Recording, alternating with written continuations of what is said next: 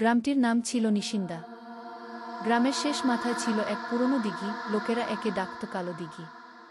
সূর্য ডোবার পর কেউই ওই পথে যেত না, কারণ মাঝে মধ্যে নাকি সেখান থেকে শোনা যেত ফিসফিস শব্দ, ফিরে আয়। ওই এক রাতে রফিক নামের এক যুবক দেরিতে বাড়ি ফিরছিল। হঠাৎ দিঘির ধারে দাঁড়ানো একটি মেয়েকে দেখতে পেল সে। সাদা শাড়ি, চুল মুখ ঢেকে আছে।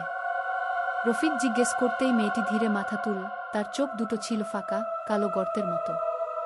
হঠাৎ চারপাশ অন্ধকার হয়ে গেল। বাতাস ঠান্ডা, ভারী। মেয়েটি গলা বিকৃত করে বলল, আমার সঙ্গে থাকবি?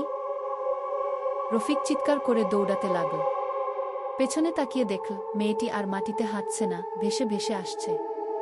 পরদিন সকালে রফিকের লাশ পাওয়া গেল দিঘির পাড়ে। চোখ দুটো ছিল ভয়ে স্থির। আজও কেউ যদি নিশিন্দা গ্রামের কালো দিঘির ধারে যায়, রাতের অন্ধকারে শোনা যায় সেই ডাক, ফিরে আয়।